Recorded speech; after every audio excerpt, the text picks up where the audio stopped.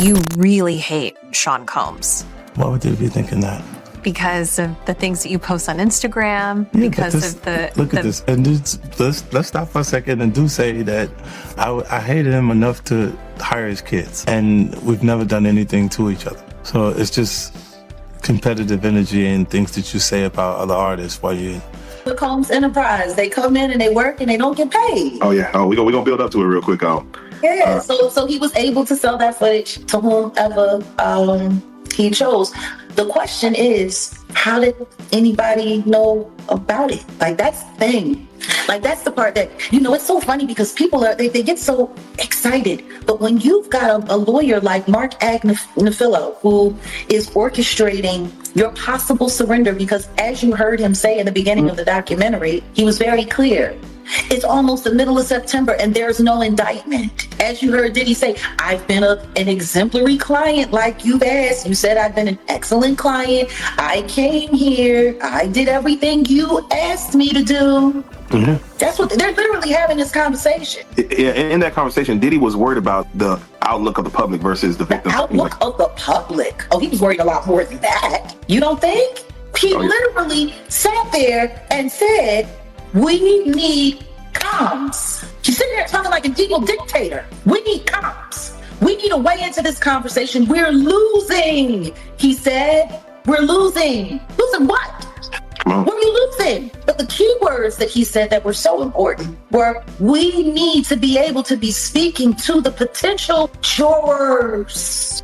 He said, you might only be the guy that watches CNN, but there's 9 billion people in the world, and 7 billion of them are on Instagram or TikTok. We need to have control of that. He said, we need to know how these potential jurors... It was done too well. It left out too many things. So can you speak on Curtis Jackson? 50 Cent said that this is the first one. I'm sure. Said that there's hundreds of hours of more footage. I'm sure there was hundreds of hours of shit that was confiscated from all of Diddy's homes in that HSI raid that never made it to the trial. You were watching closely like I was. You probably felt that something crucial was missing from 50 Cent's documentary, and you weren't imagining it. The release shattered streaming records, but according to Jaguar Wright, it also stopped short of what she says viewers were originally promised. She claims a volatile list of major names, including Beyoncé, Naomi Campbell, Demi Moore, Jade Lowe, Ellen, and Oprah, was intentionally stripped from the final cut, allegedly to avoid rattling powerful interests tied to the platform itself even more explosive. She alleges that 50 Cent knowingly allowed those removals to happen. This, she says, is the roster the public was never supposed to hear about. And she insists proof backing it all is coming. Melissa Ford just did an interview talking about how Hype Williams brought her out. Now, mind you, she's a video vixen, and it seems like the girls that used to be part of the music videos have stories to tell. They should. And they're all sex workers. Yeah. And if they weren't, they felt like it when they went home. Said every room in Diddy's mansions were wired with cameras. And he had some of the footage, he had some of the pictures, and he displayed those in the lawsuit that came out. And this was used for blackmail material. They'd bring in these people. A lot of these people were also aspiring young artists in the music industry. And then these parties were sponsored by Motown Records CEO, Universal Records CEO. This goes all the way to the top. And so you get these people in compromising situations. The drinks were laced. The videotapes were hot. And then at the end of the day, you wake up the next morning, what did I do? And then they have compromising material on you. And then they can guide your career. They could kill your career, but they got you. And it wasn't just people in the music business. As you said, there were athletes, there were celebrities, there were politicians, people from the royal family. And we were also told by the former bodyguard that Diddy was an FBI. The first name Jaguar Wright pushes directly into the spotlight is Beyoncé, a figure she says has been quietly questioned for years, according to Jaguar. Her concerns about the global icon started long before.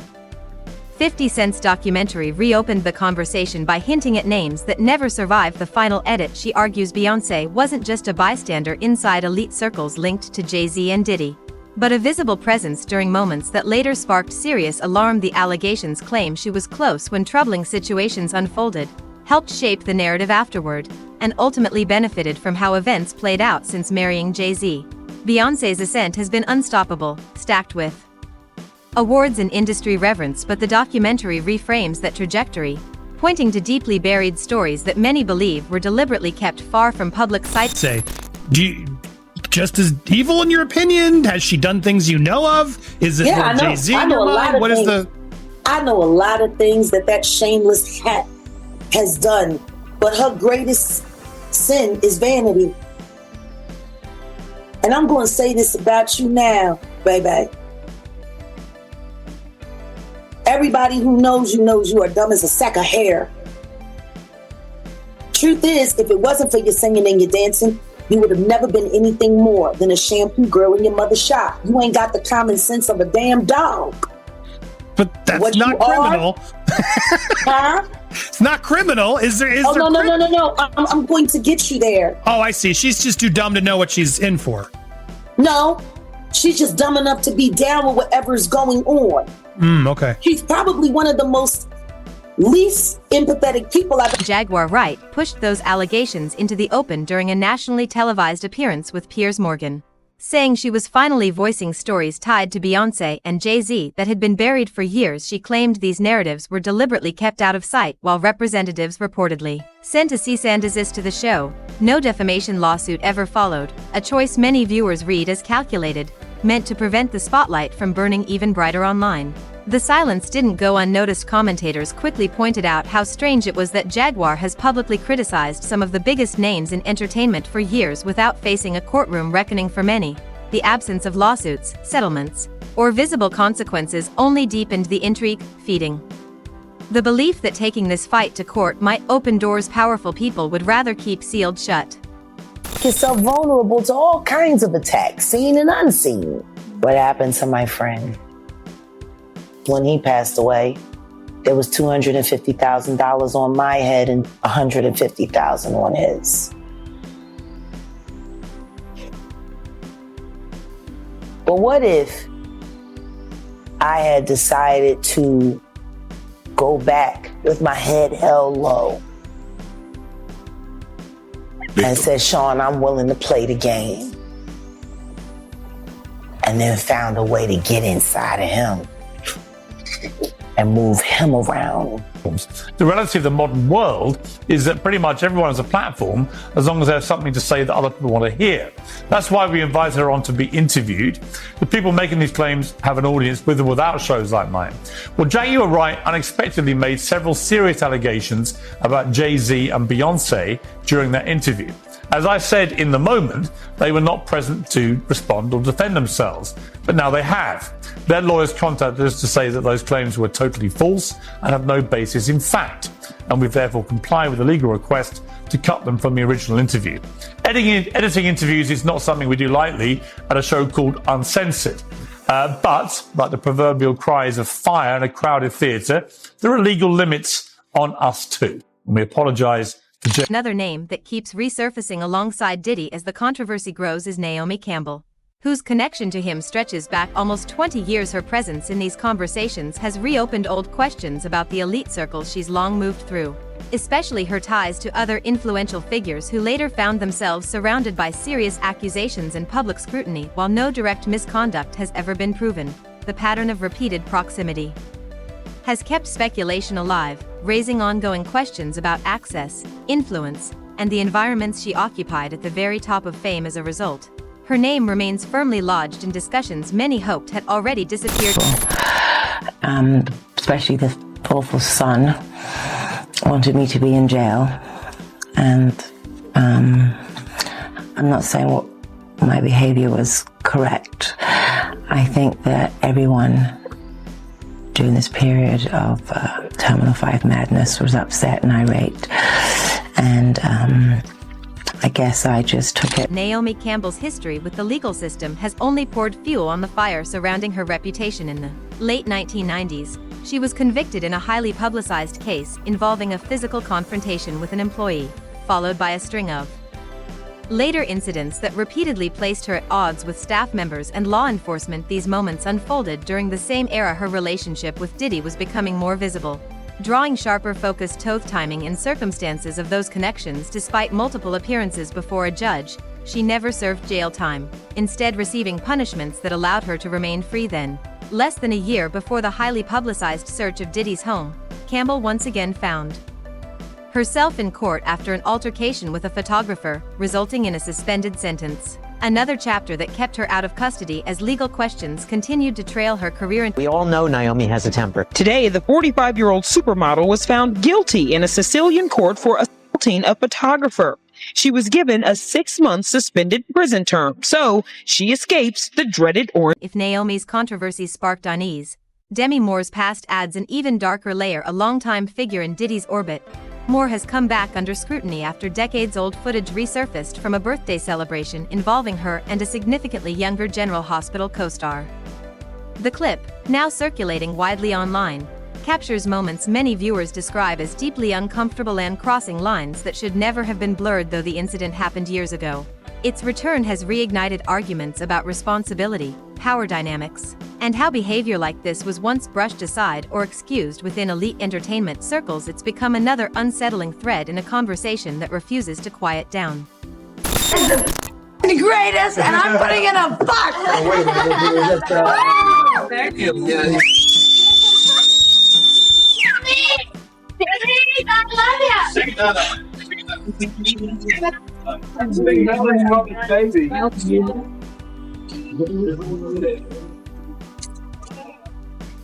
Okay, one more time. Somewhere over the rainbow.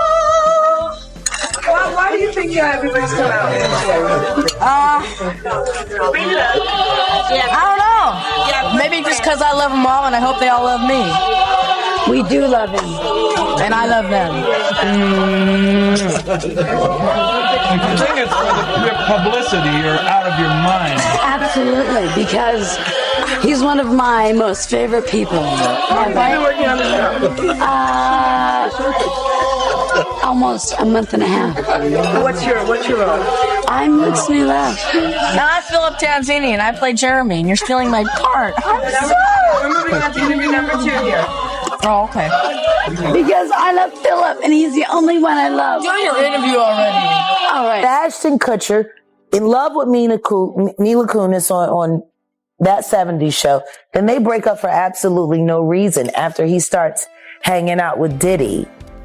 Then he marries Demi Moore, who drained him of all the chrome she can, and apparently he replenished himself by doing inappropriate things with her daughters. I'm sure you're... The most haunting part of Demi Moore's story traces back to the childhood she's spoken about herself in past interviews. She revealed that as a teenager she was placed in dangerous, unstable situations by a parent who failed to shield her, exposing her to serious harm far too early in life. Moore has spoken candidly about being pushed into circumstances no child should ever endure, and about the lasting scars left by growing up without protection or direction. Those admissions add a painful, layered context to her early years, reshaping how many view her later struggles and casting a heavy, sobering shadow over the controversies that followed her into adulthood. She revealed in her memoir that she was assaulted at the age of 15, writing that her mother let the abuser in their home. Well, today, Demi talked to Howard Stern more about this on his Sirius XM radio show. You say you pushed it away. You don't need. You just I recently. pushed it away as because I felt like it was my fault, like that I felt like I had behaved in a way that was provocative and mature, like I really knew a lot, and I never really looked at myself as being a kid, and so I never looked at it as. I mean, I saw it as an unfortunate and, Yet he forced you into it. I was very embarrassed by it. In all honesty, I think that the shame I carried because of the made me afraid to feel I could comfortably express myself sexually.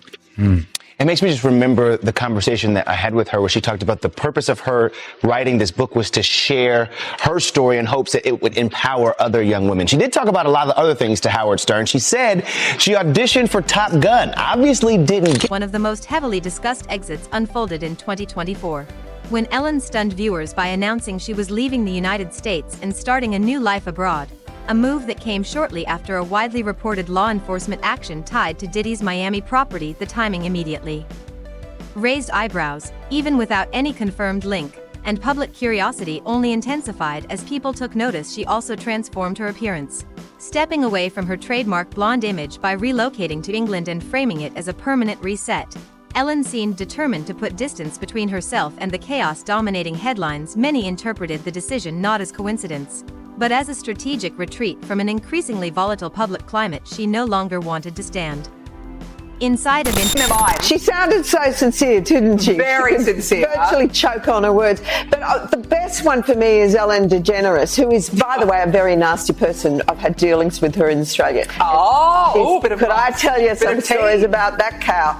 But anyway, good riddance to her. But she was quite friendly with that P. Diddy bloke, wasn't she? Well, this is why I say release the Diddy files. Yeah. Files. Come on, Donald Trump. We want to know whose name. So maybe she's hightailing out of there before all that is thrown at her as well. But what a bunch of hypocrites. Ellen DeGeneres and her wife, Portia de Rossi, have reportedly fled the US, bound for the UK, after Donald Trump's landslide victory. Numerous publications are reporting the couple have left the United States permanently.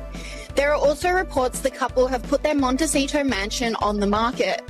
Entertainment publication The Wrap has the exclusive story and said Ellen DeGeneres and wife Portia de Rossi have moved to rural England, put their Montecito estate on the market, and plan to never return to the United States, telling friends the election of Donald Trump was their primary motivation. Ellen DeGeneres has been a vocal Trump critic, so the move doesn't come as a surprise to most. Really bad. If you had to be stuck in an elevator with either President Trump, Mike Pence, or Jeff Sessions, who would it be? Does one of us have to come out alive? Ellen DeGeneres has been seen rocking a new hair color since moving to the UK.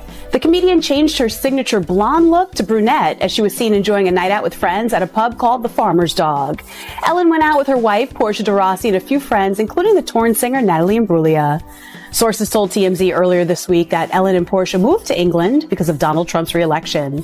They have reportedly settled into their new home in the southwest region of England, but they purchased the property before the election. What makes the moment even more intriguing is Ellen's sudden reappearance after signaling what looked like a permanent escape overseas during the height of public pressure. She resurfaced just as the legal storyline surrounding Diddy began to shift. A coincidence few people overlooked. The timing alone has reignited speculation, with many wondering whether her return has more to do with changing conditions than personal whim. No clear explanation has been given, but the sharp reversal has sparked fresh questions about motive, calculation, and whether both her exit and her comeback were strategic moves made in response to a fast-moving and unpredictable public storm. Weinstein, Oprah, Epstein, he was running with that whole crew. They want to know how we're going to do it, how the public is going to take him. Is the public going to let him back in? And the public is not. The public is already canceling him. I don't believe the industry has canceled him yet. All those people who went to those Diddy parties, not one of them had came out and denounced what he has done. I haven't heard one of them. I have not heard one person denounce, well, man, let God handle it. Get the hell out of here.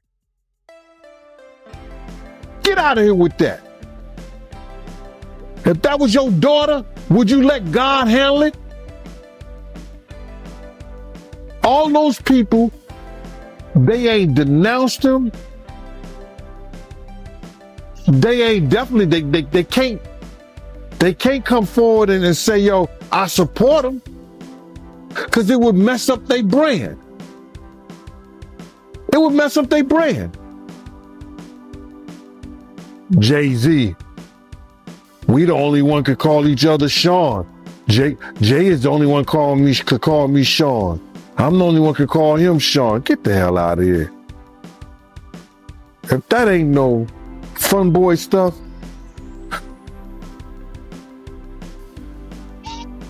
But you ain't had not one person, brother, not one person sit there denounce what he did, or come forward and say, I support him. We will have lost this moment. I think this is a moment where no matter what business you work in, there have been women who not only had the disease to please, that's a part of it, but who felt that in order to keep my job, in order to keep my position, in order to keep moving forward, I've got to smile, I've got to look the other way, I got to pretend he didn't say that, I got to pretend he didn't touch me. I think those days are about to be over. Are over. And if it happens to you back in the day, you would say, sometimes you're not even aware what he just said wasn't really inappropriate. I know you've had a couple moments. Where you just think, what did he just say? Yes, I remember Gail had a moment when she came and said to me what somebody said that was so inappropriate. I was like, oh my God, you can sue over that. But no, and all I said was, what did you say? And then they repeated it. Yes. It's terrible. I just sat there typing with my 20-something-year-old. You pretend you didn't hear it. Yes. You pretend it's okay. You pretend you didn't. No, it isn't. You're right, Jeff. You're absolutely right. But a lot of women have been silenced, and I know. But I think it's going to change. Being a victim of child sexual abuse, that when you feel like you cannot be heard, and then other people start speaking out, it makes you feel like, oh, now I can speak out too. Yeah. So, and you've been speaking about it for a while. For a year. You know, I'm not. You know, I don't follow their brand of politics, I guess. But if you can't think for yourself, then you're not really free, are you? No, you're not. You're not. But I've been excluded. I've been excluded on Oprah. You know, on Oprah. On Oprah, yeah, I've been excluded. Yeah, man. I would think you'd be the person Oprah would want to promote. I mean, you grew up in South Central. You were successful at a young age. You have dignity. You say what you think. Like, I thought that was the goal. Me too. You know, I don't know what it is, but, you know, several of my, you know, I had a movie called Barbershop, you know. Yeah, I remember. That I wasn't invited to participate with the cast. I produced a show called Black White, and it was a very controversial show. And once again, they had the whole cast on, but I wasn't invited, and so I don't know. I don't know what that's on Oprah's show. Yeah, so I don't know what that's. Really. But Oprah's obviously a saintly, godlike figure who's revered by all decent people. Why would she exclude you? I really don't know. You know, that's something that I would love to find out. But I can't tell you, you know, if there's a single thing that I've done or said to her. Have you noticed that it is more controversial to criticize Oprah than to burn the American flag? Really? Seems that way. The most visible figures appearing to step back from Diddy is Oprah. Her history of proximity to powerful and controversial personalities, including Harvey Weinstein, Jeffrey Epstein, and Diddy, is well documented, supported by photos and public appearances over the years. Yet once Weinstein's crimes came to light, Oprah moved quickly to recast her public narrative, positioning herself as if that closeness had never truly existed. The shift underscores how influential figures often adjust their image when scandal erupts, carefully reshaping perception while unresolved questions about earlier connections quietly remain in the shadows. Diddy, what do you think is going to happen with all that now? I knew a lot of people who knew Jeffrey Epstein, like a lot. I never met Jeffrey Epstein, thank God. I certainly knew a lot of people who knew him, and like a lot, like more than 10. Jeffrey Epstein was not considered like some far out sinister figure in the world that I lived in. I mean, I'm just being totally honest about this. He was like this kind of interesting guy who had, you know, had this kind of rotating salon at his house off Fifth Avenue in New York, and there was always the Israeli prime minister and former presidents and like just interesting people, you know. I did not understand what that was about at all. And so when he died, I was like, oh, poor guy fell from prison. And then I got a call from his brother just randomly. And his brother said, you know, he did not convince him. Was really shocked by that. And I thought, maybe his brother's crazy. So this set off a multi-year journey for me that really changed my views about a lot of different things. And the bottom line is Jeffrey Epstein was, and not only murdered, but he was in the most secure federal lockup in Midtown Manhattan in the country. And so what is that? What is that? Think about that for a minute. 3 days after Oprah publicly supported victims of sexual assault in the wake of numerous allegations against Harvey Weinstein, singer Seal Instagrammed this meme showing Winfrey kissing the disgraced mogul. It reads, when you have been part of the problem for decades, but suddenly they all think you are the solution. Please welcome Seal! The 54-year-old who's appeared on Oprah's show captioned his post, "Oh, I forgot. That's right. You'd heard the rumors, but you had no idea he was actually serially assaulting young starry-eyed actresses. My bad." While Weinstein maintains his innocence, Seal hasn't commented further, and Oprah has not responded. This moment is a really powerful time for everybody to get woke. Fans have come to her defense, pointing out Winfrey is a sexual survivor. They also posted pics of Seal's ex, Heidi Klum, kissing Weinstein. Really coincidence that Oprah's name keeps surfacing beside powerful figures who later become the center of explosive misconduct scandals, only for her to publicly distance herself once the truth breaks? For many observers, the pattern is hard to ignore, especially given how often these individuals once moved within her professional or social sphere while no direct wrongdoing has been linked to her. The repeated proximity has fueled persistent debate about patterns, access, and awareness at the highest tiers of power to critics. The consistency doesn't feel random at all, it feels like a glimpse into how tightly woven elite circles truly are, making these recurring intersections difficult to dismiss as mere chance. A white boy, Oscar winner, for people to stop remembering that she had a gun in her pocketbook. She had gunshot residue on her hands the night that Natanya was shot at that club. For all we know, that bullet came from the gun that was in her hand. And not once has she spoken up for the betterment of that woman. Not once has she donated to her family or for her medical bills that she's still paying, or say something in her defense to stop Puffy from gaslighting her and trying to put hits out on her because he was afraid that maybe one day they would open the case and she still has the bullet fragments in her face. Like J-Lo has said nothing. Nothing. You really thought that just running off and marrying Ben Affleck was going to take you out of the Diddy downfall? But it saved her the first time though, didn't it? Because as soon as that club was over and as soon as they finished interrogating her, when she sat there and cried like a baby, "I don't want to go to jail. I don't want to go to jail," Benny Medina put her with that drunk white boy until she ran him off. Like, there are people sitting here screaming out at the toll that the atrocities that Sean Combs has done to their lives, and you're trying to avoid your part in the story or the fact that you never spoke up. You want to tell people on the low and put it out there that the movie was about you getting away from Puffy, but you didn't think about the trail of girls that you like. Is it really coincidence that Oprah's name keeps surfacing beside powerful figures who later become the center of explosive misconduct scandals, only for her to publicly distance herself once the truth breaks? For many observers, the pattern is hard to ignore, especially given how often these individuals once moved within her professional or social sphere while no direct wrongdoing has been linked to her.